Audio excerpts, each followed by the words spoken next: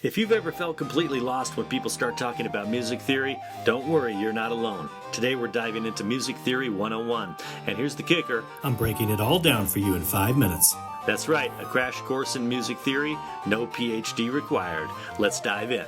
All right, let's start with the absolute basics, the musical alphabet. We've got 7 notes to play with here, A, B, C, D, E, F, and G. That's it. Your alphabet from A to G. After G, it loops right back to A again.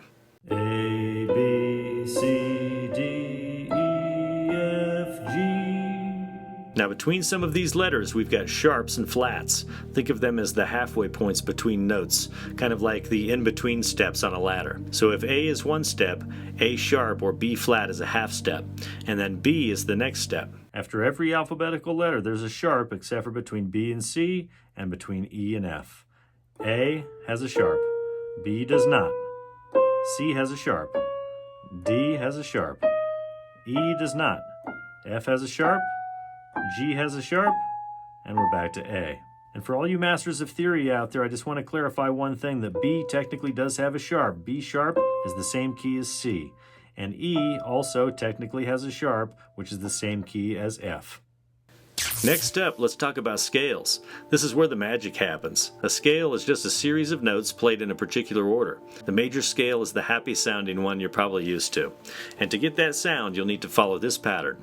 Whole step, half step. Whole step, half step. So if you start on C and follow that pattern, you've got yourself a C major scale. Now for the interval distance we just learned, if you start on a C note and go up a whole step from there, you get a D. Up a whole step from there, you get the E. A half step, you get the F. Whole step to the G. Whole step to the A. Whole step to B. And half step to C. On the guitar, that's going to look a little different. You're going to have to skip frets. So starting from C, you're going to skip a fret, the very next fret, skip a fret, skip a fret, skip a fret, and the next fret. Now you might be wondering, what's the point of learning scales? Well, scales are the building blocks for just about everything in music, from chords to solos. Knowing your scales is like knowing the words in a language. It helps you speak music. Speaking of chords, let's jump right into that. A chord is when you play multiple notes at once, usually 3 or more. The most common type is the triad, just a fancy word for 3 notes. If you take the 1st, 3rd, and 5th notes from any scale, you've got yourself a triad chord. So for the C major scale, your triad would be C, E, and G. You've just made a C major chord.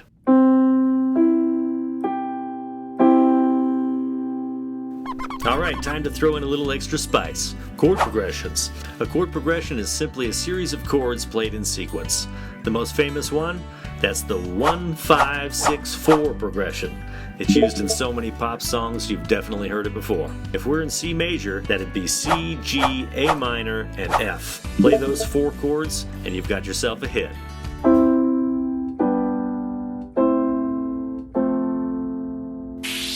Alright, last concept, let's talk about keys. A key is like the home base of a song. It's the scale that everything in the song is based on. So if a song is in C major, most of the notes and chords come from that C major scale. This is why certain songs feel happy, sad, or tense. It's all about the key and the notes in it. And there you have it, musical alphabet, scales, chords, rhythm, and keys. You've got the foundation you need to understand and create music, all without getting overwhelmed. Remember, music theory isn't about strict rules, it's a way to help you unlock your creativity and express yourself. So get out there, start playing, and most importantly, have fun with it. If you're tired of practicing solo though and you want to dive deeper into this stuff, my coaching program is the perfect next step. Click the link in the description to learn more about how we can work together. Or if you're the kind of person that works alone, grab one of my guitar courses in the link below to study at your own pace. Thanks so much for watching, and if you enjoyed this video, check out one of these videos next. Dancing in the darkness, I saw a spark, a black super